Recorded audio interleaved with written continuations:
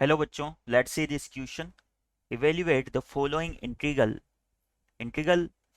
e to the power sine inverse x to the whole square upon under root of 1 minus x square dx.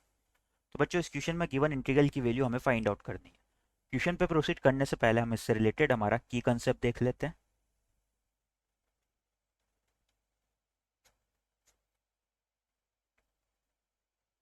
तो बच्चों यहाँ पर अगर हम बात करें तो हमारा जो differentiation of sine inverse x है विथ रेस्पेक्ट टू एक्स, ये किसके इक्वल होता है? ये हमारा होता है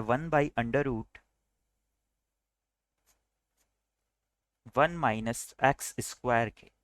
और यहाँ पर एक कंडीशन भी आती है एक्स के ऊपर कि जो एक्स से हमारा क्या होना चाहिए, ये greater than -1 and less than 1 होना चाहिए, क्योंकि अंडर रूट के अंदर आया है। तो यहाँ पर एक्स का डोमेन क्या हो जाएगा? -1 to 1। Similarly sine inverse x की बात भी करें तो साइन इनवर्स के अंदर जो हमारा एक्स होता है वो क्या होता है? -1 से 1 ही होता है इसका डोमेन भी। नाउ सेकेंड कॉन्सेप्ट की बात करें बच्चों, तो जो हमारा integral A x plus B to the power N D X, ये हमारा किसके इक्वल होता है? ये हमारा होता है a x plus B to the power n plus one upon में एन प्लस वन।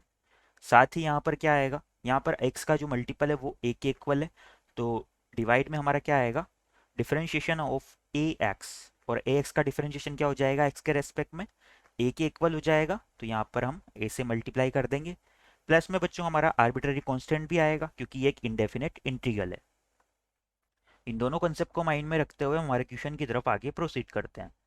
तो बच्चों जो क्वेश्चन में गिवन इंटीग्रल है मैं इसे i के इक्वल मान लेता हूँ। Let our i is equal to integral of e to the power sine inverse x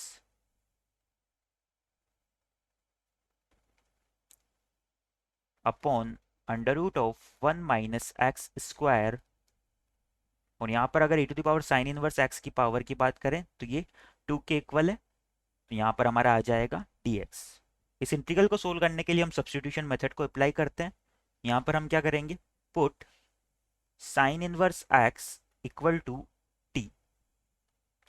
अगर साइन इनवर्स x हमारा t के इक्वल होगा तो दोनों साइड हम डिफरेंशिएशन करें अगर, तो ये क्या हो जाएगा? 1 by under root of 1 minus X square, और x का हो जाएगा dx। ये हमारा इक्वल आ जाता है dt के। तो यहाँ से बच्चों dx upon under root 1 minus X square को हम क्या लिख सकते हैं? dt लिख सकते हैं। और जो न्यूमरेटर वाला पार्ट है e to the power sine inverse x का होल स्क्वायर, ये हमारा बन जाएगा e to the power t का होल स्क्वायर।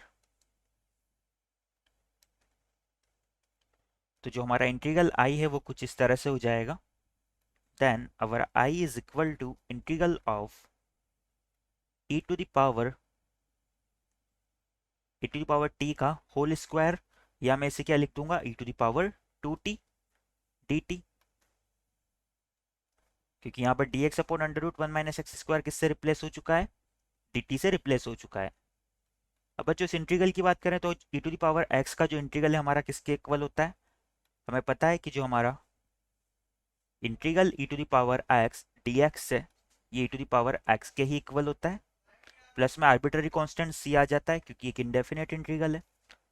तो यहाँ से हमारा e to the power 2t है, तो e to the power 2t का इंटीग्रल हो जाएगा e to the power 2t। Divide में क्या होगा? यहाँ पर t का कोफिशिएंट 2 है, तो डिफरेंशिएशन ऑफ 2t हो जाएगा। 2t का डिफरेंशिएशन हमारा t के रेस्पेक्ट में किसके इक्वल होगा? 2 के इक्वल होगा। प्लस में हमारा आर्बिट्ररी कांस्टेंट c आ जाएगा।